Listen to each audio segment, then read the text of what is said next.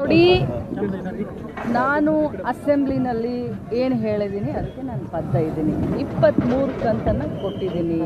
46,000 ರೂಪಾಯಿಯನ್ನು 1,26,00,000 ಮಹಿಳೆಯರಿಗೆ ಇಂಡಿವಿಜುವಲ್ ಆಗಿ 46,000 ರೂಪಾಯಿ ಇಲ್ಲಿವರೆಗೆ ಹೋಗಿದೆ ಅಂತ ಹೇಳಿದ್ದೀನಿ. ಆಗಸ್ಟ್ವರೆಗೆ ಕ್ಲಿಯರ್ ಆಗಿದೆ ಅಂತ ಹೇಳಿದ್ದೀನಿ. ಅದಕ್ಕೆ ನಾನು ಬದ್ಧ ಇದ್ದೀನಿ. ಮಿಕ್ಕಿರೋದು ಫ್ಲೋರ್ನಲ್ಲಿ ಮಾತಾಡ್ತೀನಿ.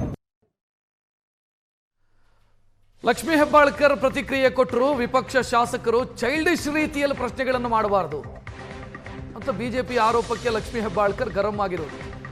ಹಣಕಾಸು ಇಲಾಖೆಯಿಂದ 5,000 ಕೋಟಿ ಬಿಡುಗಡೆನೇ ಆಗಿಲ್ಲ. ಬಿಡುಗಡೆಯಾಗದಂತ ಹಣ ಎಲ್ಲಿ ಹೋಗುತ್ತೆ ಅಂತ ಹೆಬ್ಬಾಳ್ಕರ್ ಪ್ರಶ್ನೆ ಕೇಳಿದ್ದಾರೆ. ಅಲ್ಲಿ ಕೃಷ್ಣ ಬೈರೇಗೌಡರು ಹೇಳ್ತಾರೆ ಬಜೆಟ್ ಅಪ್ರೂವ್ಡ್ ದುಡ್ಡಿದೆ ನಮ್ಮ ಹತ್ರ ಅಂತ ಹೇಳ್ತಾರೆ. ಇವರು ಹೇಳ್ತಾರೆ ದುಡ್ಡೇ ಬಂದಿಲ್ಲ ಅಂತ ಹೇಳ್ತಿದ್ದಾರೆ.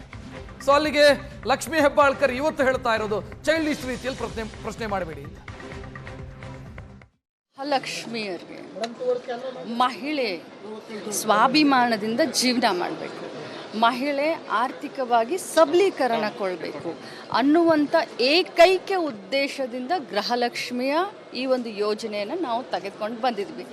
ಚುನಾವಣೆ ಪೂರ್ವ ಕರ್ನಾಟಕ ರಾಜ್ಯದ ಮಹಿಳೆಯರಿಗೆ ಮಾಡಿದಂಥ ಏನು ಒಂದು ವಾಗ್ದಾನ, ಒಂದು ವಚನ ಇತ್ತೋ ಆ ವಚನವನ್ನು ಸಂಪೂರ್ಣವಾಗಿ ಬದ್ಧತೆಯಿಂದ ನಾವು ನಮ್ಮ ಸರ್ಕಾರ, ನಮ್ಮ ಇಲಾಖೆ ನಿಭಾಯಿಸ್ತಾ ಇದೆ. ನಾನು ಹೇಳಿದ್ದು 23 ಕಂತನ್ನು ಹಾಕಿದ್ದೀವಿ. 46,000 ರೂಪಾಯಿಗಳು ಒಬ್ಬೊಬ್ಬರಿಗೆ ಬಂದಿದೆ. 23 ಕಂತಿಗೆ 46,000 ಬಂದಿದೆ. ಆಗಸ್ಟ್ವರೆಗೂ ಕ್ಲಿಯರ್ ಇದೆ ಅಂತ ಇವತ್ತು ನಾನು ಆ ಸ್ಟ್ಯಾಂಡ್ಗೆ ನನ್ನ ಹೇಳಿಕೆಗೆ ನಾನು ಬದ್ಧ ಇದ್ದೀನಿ. ಇವರು ಕೇಳಿದ್ದು ಸ್ಪೆಸಿಫಿಕ್ ಆಗಿ ಫೆಬ್ರವರಿ ಮಾರ್ಚ್ ಇತ್ತು. ಡಿಪಾರ್ಟ್ಮೆಂಟ್ಗೆ, ಫೈನಾನ್ಷಿಯಲ್ ಡಿಪಾರ್ಟ್ಮೆಂಟ್ಗೆ ಪ್ರತಿ ತಿಂಗಳು ನಮ್ಮ ಇಲಾಖೆಯಿಂದ ನಾನು ಫೈಲ್ ಮೂವ್ ಮಾಡ್ತೀನಿ.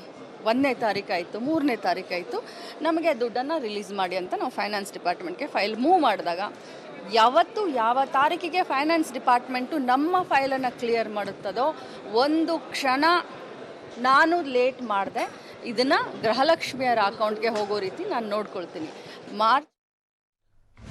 ರಾಜ್ಯ ಸರ್ಕಾರದ ಖಜಾನೆ ಖಾಲಿಯಾಗಿದೆ ಅಂತ ವಿಜೇಂದ್ರ ಅವರು ಟೀಕೆ ಮಾಡಿದ್ರು. ಇದಕ್ಕೀಗ ಕಾಂಗ್ರೆಸ್ನ ಕಡೆಯಿಂದ ಪ್ರತಿಕ್ರಿಯೆಗಳು ಬರ್ತಾ ಇದೆ. ಗೃಹಲಕ್ಷ್ಮಿ ಹಣ ಖಜಾನೆಯಲ್ಲೇ ಇದೆ, ಎಲ್ಲಿ ಹೋಗುತ್ತೆ ಅಂತ ವಿಜೇಂದ್ರ ಆರೋಪಕ್ಕೆ ಸಚಿವ ಭೈರತಿ ಸುರೇಶ್ ತಿರುಗೇಟು ಕೊಟ್ಟಿದ್ದಾರೆ.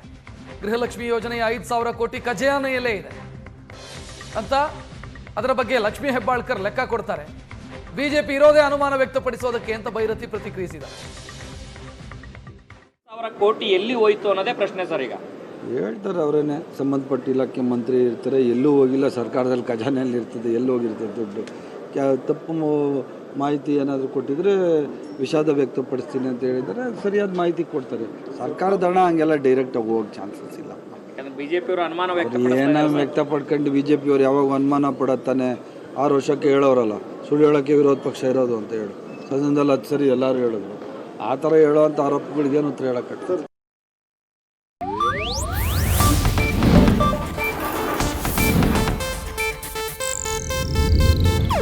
ಇದು ಏಷ್ಯಾನೆಟ್ ನ್ಯೂಸ್ ನೆಟ್ವರ್ಕ್ ಪ್ರಸ್ತುತಿ.